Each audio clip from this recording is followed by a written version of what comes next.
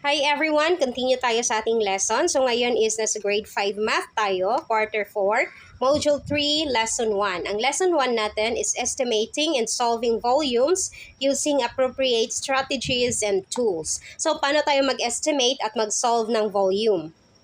Meron tayong example dito. Anthony dug a compost pit which measures 3.05 meter long, 1.5 meter wide, and 2.4 meter deep because he wants to have an organic fertilizers for his vegetable garden. How many cubic meters of soil were removed? So ito ngayon yung problem natin. Ngayon, gagamitan natin siya ng steps sa pag-estimate. Steps on how to do the estimation. So step 1, round off to the nearest whole number. So paano ba tayo mag-round off? I-review natin kung paano tayo mag-round off ng mga number. So first, look at the number after the decimal. So meron tayo ditong given, titingnan natin yung mga number after the decimal. So for example, kung meron tayong 1.2, saan yung number after sa ating decimal? So itong 2, kasi ito yung ating decimal at ito yung number after the decimal. So ito yung titingnan natin. Look at the number after the decimal point. If 0 to 4, kung ang number after the decimal daw is 0, 1, 2, 3, 4, remain the number. So, mananatili ang 1. Ibig sabihin kapag 1.2 ang i-round off mo, magiging 1 siya. Kasi, ang number after the decimal point is 2. And ang rule natin, kapag ang number niya after the decimal point is 0, 1, 2, 3, 4, so i-remain natin ang number. But if it is 5 to 9, round up the number. For example, 1.5. So, ang number after the decimal is 5. Ibig sabihin, round up. So, si 1 is magiging 2. Okay? So, ganyan mag-round off ng number. Ngayon is meron tayong actual given number base sa ating problem. So, ang problem natin again is ito. So, meron siyang 3.05 meter long. Ibig sabihin long, ang kanyang length is 3.05 meter. And then, 1.5 meter wide, ibig sabihin width. So, ang kanyang width is 1.5. And then, 2.4 meter deep, ibig sabihin kung gaano siya kalalim, ang kanyang height is 2.4. So, ito yung given natin. Ito yung actual given number natin. Now, i-estimate na natin siya base sa ating rules na nandito. So, 3.05, ano yung number after the decimal point? 0. So, ibig sabihin, mananatili si 3. Okay, so mananatili si 3. Ibig sabihin, ang estimation natin dito kay 3.05 is 3. Ang width niya naman is 1.5. Ano yung number after the decimal point? 5. So, ibig sabihin, mag-round up tayo or dadagdagan natin si 1 ng isa. So, magiging 2 ang 1.5. And then, ang height niya is 2.4. Ang number after the decimal is 4. So, ibig sabihin, mananatili si 2. Kasi 0 to 4 na number is mananatili yung ating number. So, 2. Meron na tayong estimation. Ang length natin is 3, ang width natin is 2, at ang height natin is 2. Ngayon is pupunta na tayo sa ating step 2. So, ang step 2 natin is identify what formula are you going to use. So, ano yung formula na gagamitin natin sa pag-solve ng ating problem? Base sa ating given, meron tayo ditong length, 3 meter ang estimation. Meron tayong width na 2 meter ang estimation at height na 2 meter ang estimation. So, base sa ating given, ano yung formula na gagamitin natin? Ang formula na gagamitin natin is volume is equal to length times width times height. Kasi meron tayong length and width and height. So, ito yung ating formula. Meron na tayong formula which is volume is equal to length times width times height. Pupunta tayo sa ating step 3. So, ang step 3 natin is substitute the estimated number in our formula and use the measuring units of volume given. I-substitute na natin ang ating estimated number. So, ang formula natin is volume is equal to length times width times height. And ano yung estimation natin? Ang ating length is, balik tayo sa 2. Ang ating length is 3 meter. Ang ating width is 2 meter. At ang ating height is 2 meter.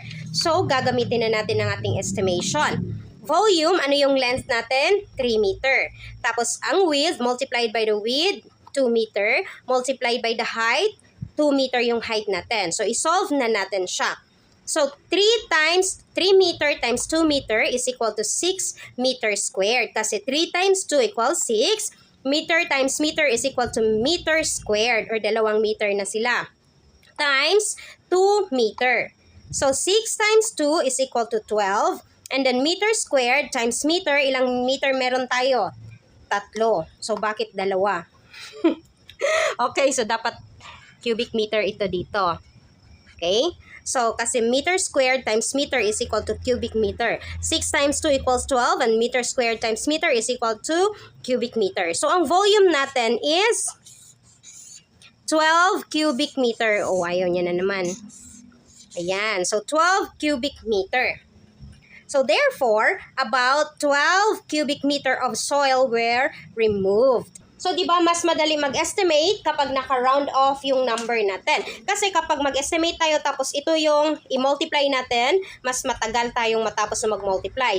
While kung naka-round off siya, ganitong mga number, ang i-multiply natin, pwede kahit sa isipan lang natin gawin, makakagawa tayo ng sagot. So, i-multiply mo lang si 3, si 2, at si 2. So, meron na tayong sagot. Kesa i-multiply natin si 3.05, si 1.5, at si 2.4.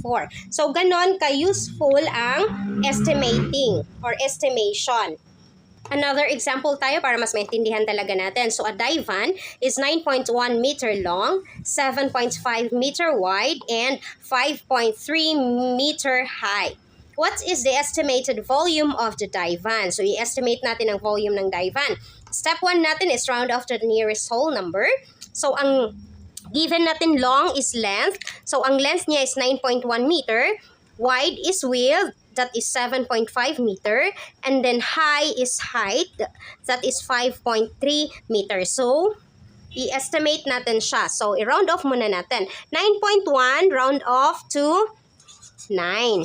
Kasi, ang number after the decimal point is 1.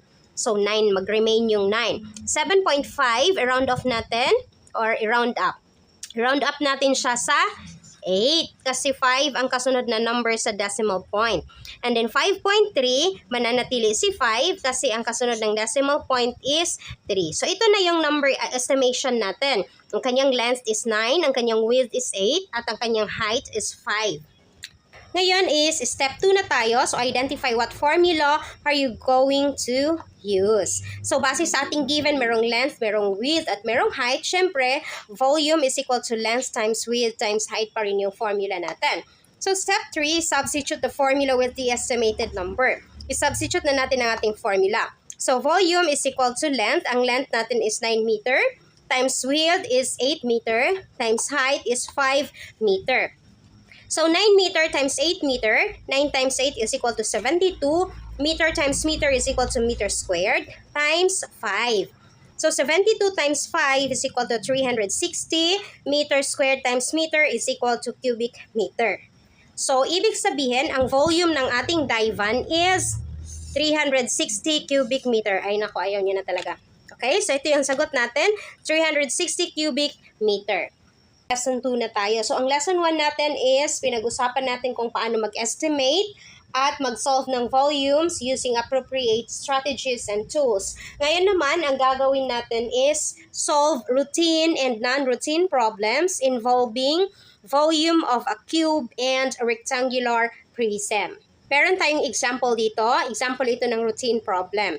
A cubic jewelry box has 100 cm on each side. What is the volume of the box? By the way, ang cube pala is, so, ang cube, ganito ang ating cube, no? Ayan. So, hayaan nyo na kung hindi straight yung line natin. So, ganito ang ating cube. While ang rectangular prism is a rectangle.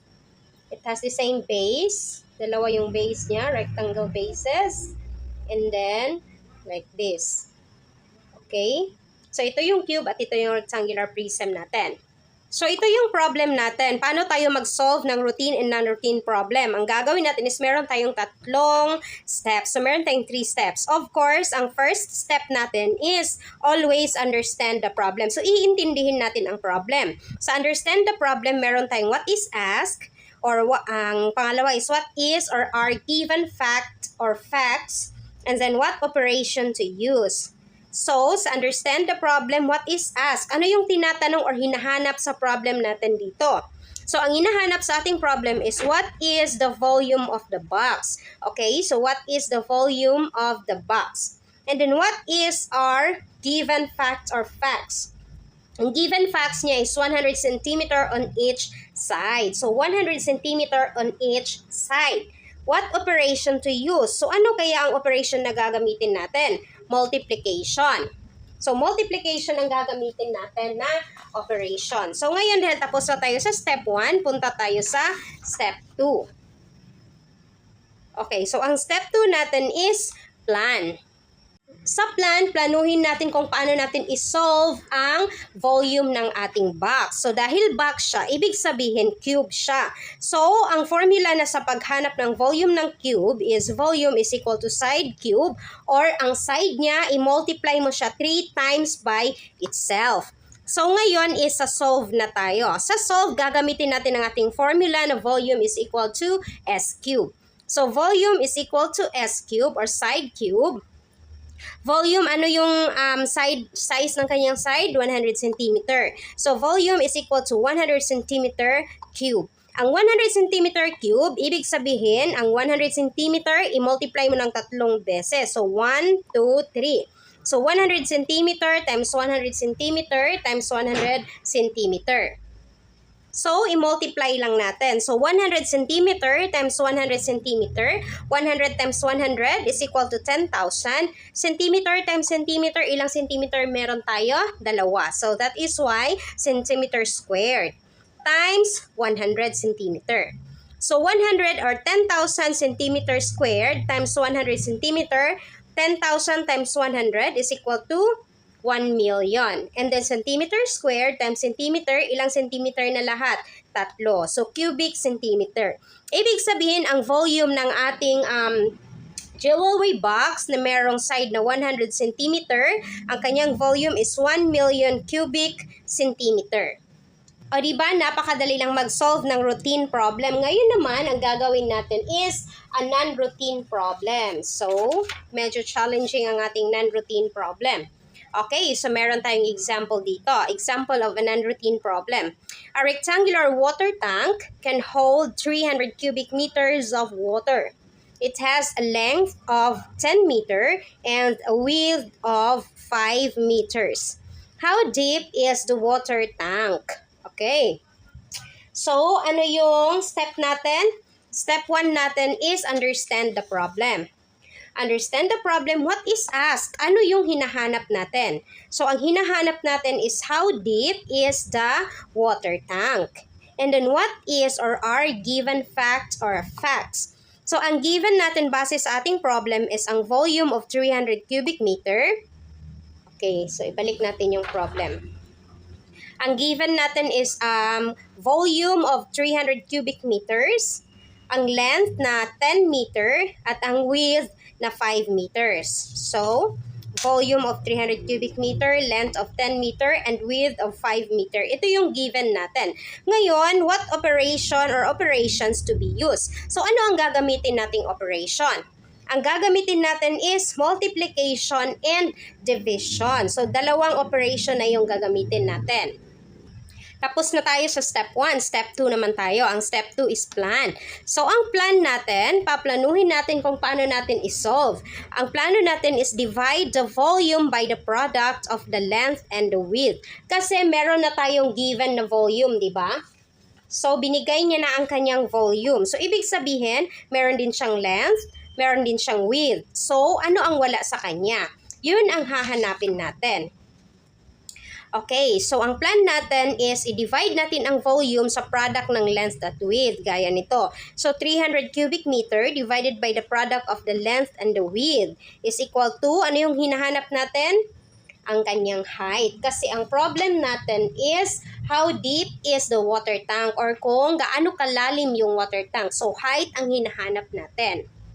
Step 3 natin is solve. So, solve. Ito yung formula natin. Bakit tayo naka-arrive ng formula na ganito? Height is equal to volume divided by length times width.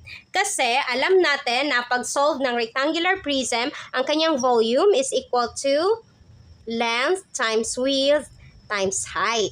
So, ito yung formula natin. Length times width times height. Pero, given na yung volume natin, given na rin yung length natin at ang ating width. So, ang hinahanap natin is si height. So, paano natin kukunin ang formula para ma-solve natin si height? So, ang ginawa natin, volume is equal to length times width times height.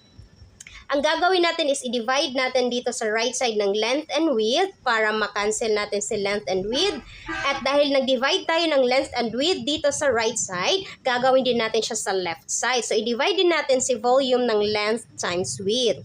Okay, so proceed na tayo.